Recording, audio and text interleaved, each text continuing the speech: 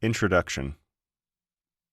Bhagavad Gita is the oldest and most widely read book of theistic science in the world today.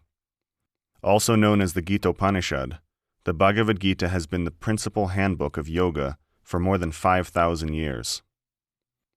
In contrast to many mundane literatures of the present day, the Bhagavad Gita is free from mental speculation and is complete in knowledge of the eternal self, or the Atma, the process of bhakti yoga, and the nature and identity of the absolute truth, Sri Krishna.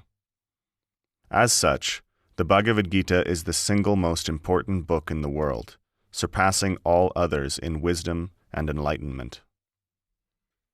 The first word of Bhagavad Gita is dharma. Sometimes dharma is mistaken to mean religion or a particular belief, but it is not so. Dharma means the quintessential duty or knowledge that elevates our consciousness to a direct connection with the absolute truth. This is also known as Sanatan Dharma, the occupational duty of all living beings.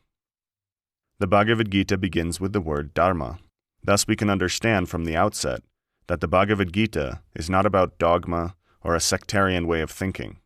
Indeed, Bhagavad Gita is the complete science of realizing the absolute truth.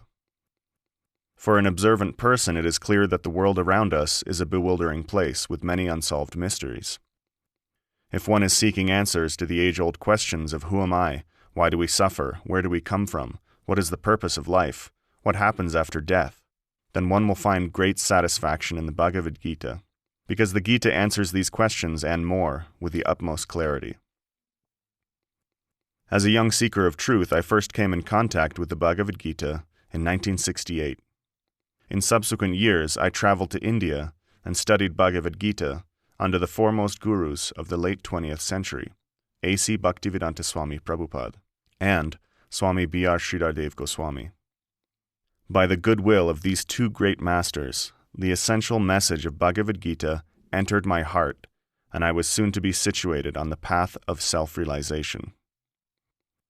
As with any path in life, one will certainly encounter crossroads. The first crossroad that I came to while studying the Bhagavad Gita was to decide on the path, personal or impersonal.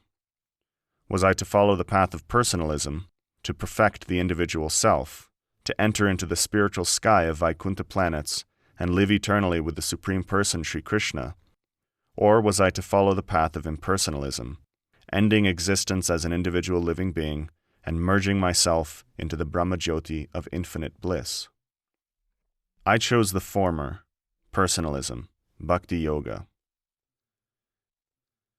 Bhagavad Gita is specifically meant for those following the path of bhakti yoga.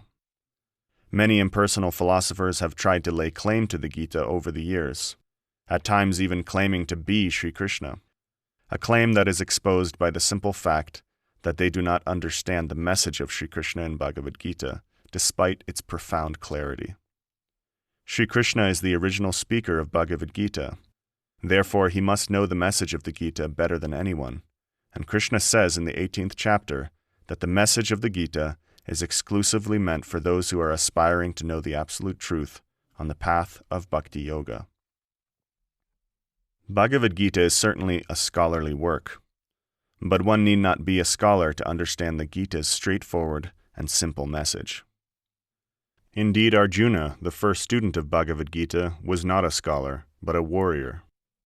In the past, many great scholars, gurus, and self-realized masters have written illuminating commentaries to accompany the Gita, its as-it-is meaning, its poetry, philosophy, and its hidden treasure, so that the people of their time, as well as the people of future generations, may have a better appreciation of the message of Sri Krishna. We have now completed the first decade of the 21st century, and a host of such erudite commentaries on the Bhagavad Gita sit upon our bookshelves and in our libraries. Surely, there is no call for yet another. The message of Bhagavad Gita is eternal and unchanging, but the time that surrounds us is always changing. Thus, our perception of life, our current situation, and our necessity is also always changing. To meet the changing times and the present necessity, yet another commentary is being presented, a brief commentary, or anuvriti. According to Vishwanath Chakravarti, a renowned commentator on the Bhagavad Gita from antiquity, the first 6 chapters of the Gita mainly pertain to karma, the second 6 chapters to bhakti, and the final 6 chapters to jnana.